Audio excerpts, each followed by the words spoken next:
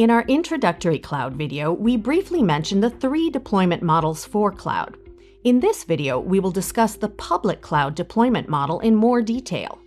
Deployment models indicate where the infrastructure resides, who owns and manages it, and how cloud resources and services are made available to users.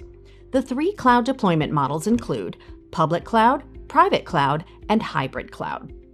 In a public cloud model, users get access to servers, storage, network, security, and applications as services delivered by cloud service providers over the internet. Using web consoles and APIs, users can provision the resources and services they need. The cloud provider owns, manages, provisions, and maintains the infrastructure, renting it out to the customers either for subscription charge or usage-based fee. Users don't own the servers their applications run on, or storage their data consumes, or manage the operations of the servers, or even determine how the platforms are maintained. In very much the same way that we consume and pay for utilities, such as water, electricity, or gas in our everyday lives, we don't own any of these cloud resources. We make an agreement with the service provider, use the resources, and pay for what we use within a certain period. Public clouds offer significant cost savings as the provider bears all the capital, operational, and maintenance expenses for the infrastructure and the facilities they are hosted in. It makes scalability as easy as requesting more capacity. However, with a public cloud, the user does not have any control over the computing environment and is subject to the performance and security of the cloud provider's infrastructure. There are several public cloud providers in the market today, such as Amazon Web Services, Microsoft Azure, IBM Cloud, Google Cloud Platform, and Alibaba Cloud.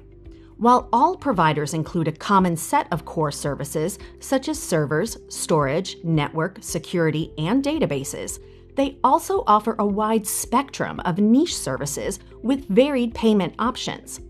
Let's talk about some of the characteristics of a public cloud. A public cloud is a virtualized multi-tenant architecture enabling tenants or users to share computing resources, residing outside their firewalls.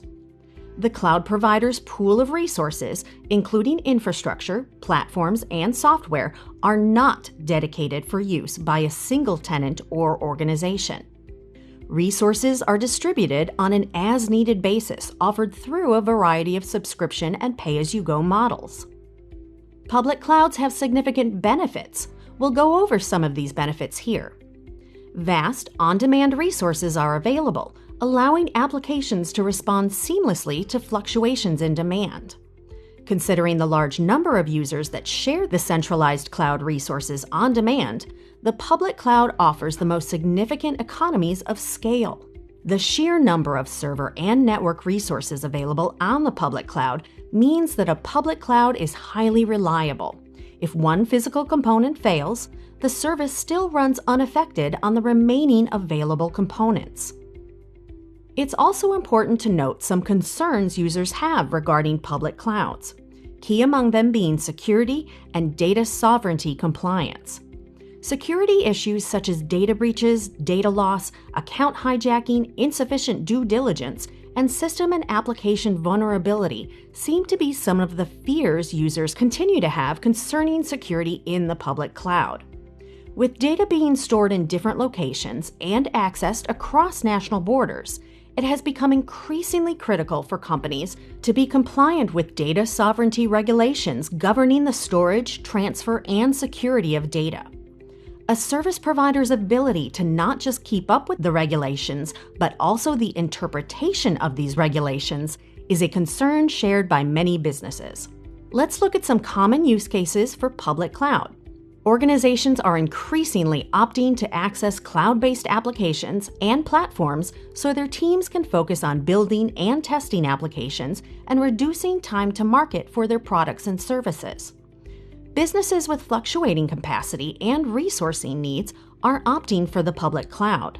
Organizations are using public cloud computing resources to build secondary infrastructures for disaster recovery, data protection, and business continuity. More and more organizations are using cloud storage and data management services for greater accessibility, easy distribution, and backing up of their data. IT departments are outsourcing the management of less critical and standardized business platforms and applications to public cloud providers. In the next video, we will look at the private cloud model, its features, benefits, and some use cases.